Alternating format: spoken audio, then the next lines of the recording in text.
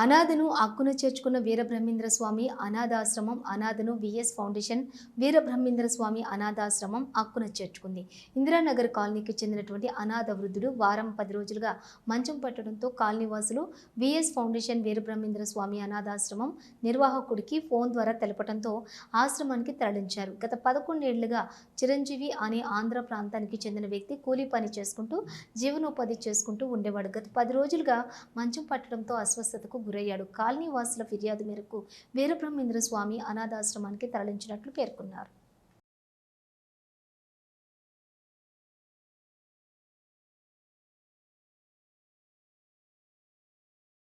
గత కొద్ది రోజుల నుంచి ఆయన మంచాల్లో ఉంటున్నాం. అది చూసి కాలనీ వాసులు అందరం కలిసి సార్కు మాధవ్ సార్కు మేము ఇన్ఫర్మేషన్ ఇచ్చాము. సార్ వచ్చిండు. ఈయన గత 10 సంవత్సరాల నుంచి ఉన్నాడు సార్ ఇక్కడ. ఆయనకు ఎవరు లేరు, భార్య పిల్లలు కానీ ఎవరు కానీ లేరు ఇక్కడ. ఆయన ఒక్కడే ఉంటాడు. బెడ్ సిక్ అయిపోయింది సార్. ఇక మేమే సార్ కాలనీ వాసులు అందరం కలిసి చేసినాం.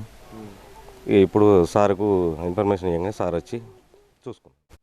తన పొట్ట తను చూసుకునేవాడు, కానీ కొన్ని నెలల నుంచి అసలు మొత్తానికి అతనికి చాతన కావట్లేదు. వండుకోవడం కానీ, లేవడం కానీ, నడవడం కానీ.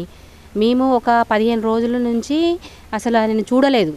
ఒకటేసారి ఈయన కనబడతలేదని చెప్పేసి లోపలికి వెళ్ళి చూసేసరికి మొత్తము వాష్రూమ్ అంతా పోయి లోపలి పోలేని పరిస్థితిలో ఉన్నాడు ఆయన. అప్పుడు ఏం చేసినామంటే ఈ కాలనీ వాసులం అందరము వండుకొని ఒక మనిషిని మాట్లాడి స్నానం చేయించడానికి ఆయనను బయటికి తీసుకురావడం జరిగింది.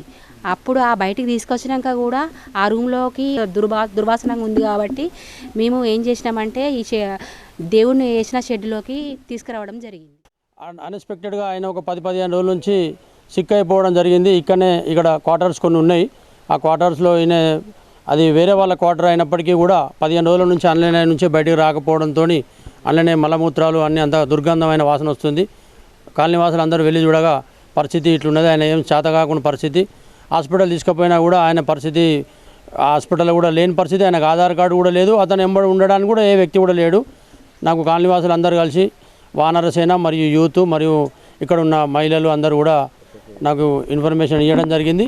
నేను వెంటనే వచ్చి చూడగా ఇతను చాలా దయనీయ స్థితిలో ఉన్నాడు. వివి ఫౌండేషన్ అనే ఒక అనాథ వృద్ధాశ్రమం గత 22 సంవత్సరాల నుంచి నడుస్తుంది. అది చాలామందికి కరీంనగర్ పట్టణ ప్రజలకే కాక చుట్టుపక్కల ప్రాంతాలందరికీ కూడా తెలుసు.